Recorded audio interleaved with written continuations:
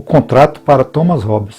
Na visão de Thomas Hobbes, como sugere a clássica passagem "O homem é o lobo do homem", o estado de natureza no qual o homem vive é essencialmente composto por guerras e disputas, uma vez que para ele o homem tem o direito fundamental à vida e para isso há de se valer de qualquer coisa para garanti-la, sendo mau por natureza.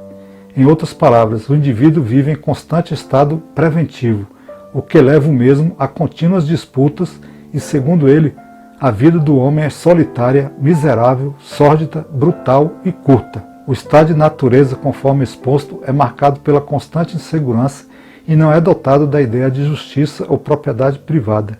uma vez que você só está na posse de algo na medida em que tem a capacidade de mantê-lo. Dessa forma, em segundo momento, o principal motivo para que os indivíduos pactuem para a formação do Estado seria sua função básica de segurança. Embora cite outras funções do Estado, este é o meio necessário para que se crie uma unidade soberana, indivisível e irredutível. O contrato para Thomas Hobbes consistiria nos indivíduos abrirem mão de sua liberdade por um princípio de precaução de sua própria conservação. E isso, gente, como forma de sair do ambiente caótico que viviam. Assim como na passagem,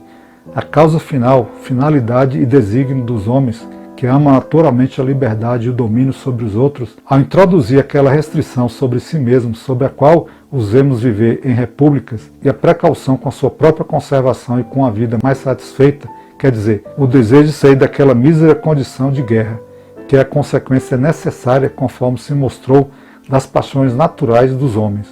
Quando não há um poder visível capaz de os manter em respeito e os forçar por medo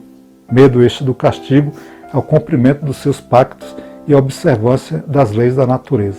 Assim, pressupõe-se que o indivíduo transmitiria seus direitos a alguém que iria personificar o Estado, o Leviatã, o soberano, sendo instituído de diversas formas, instituição, aquisição, entre outros.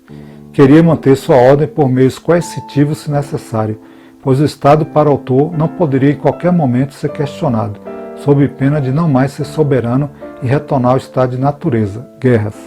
instaurando dessa forma o estado de sociedade. Já o contrato para John Locke, o estado de natureza, para ele, diferente de Hobbes, já tem certos reconhecimentos, dentre eles o direito à vida, a propriedade privada, da subsistência ao direito à vida,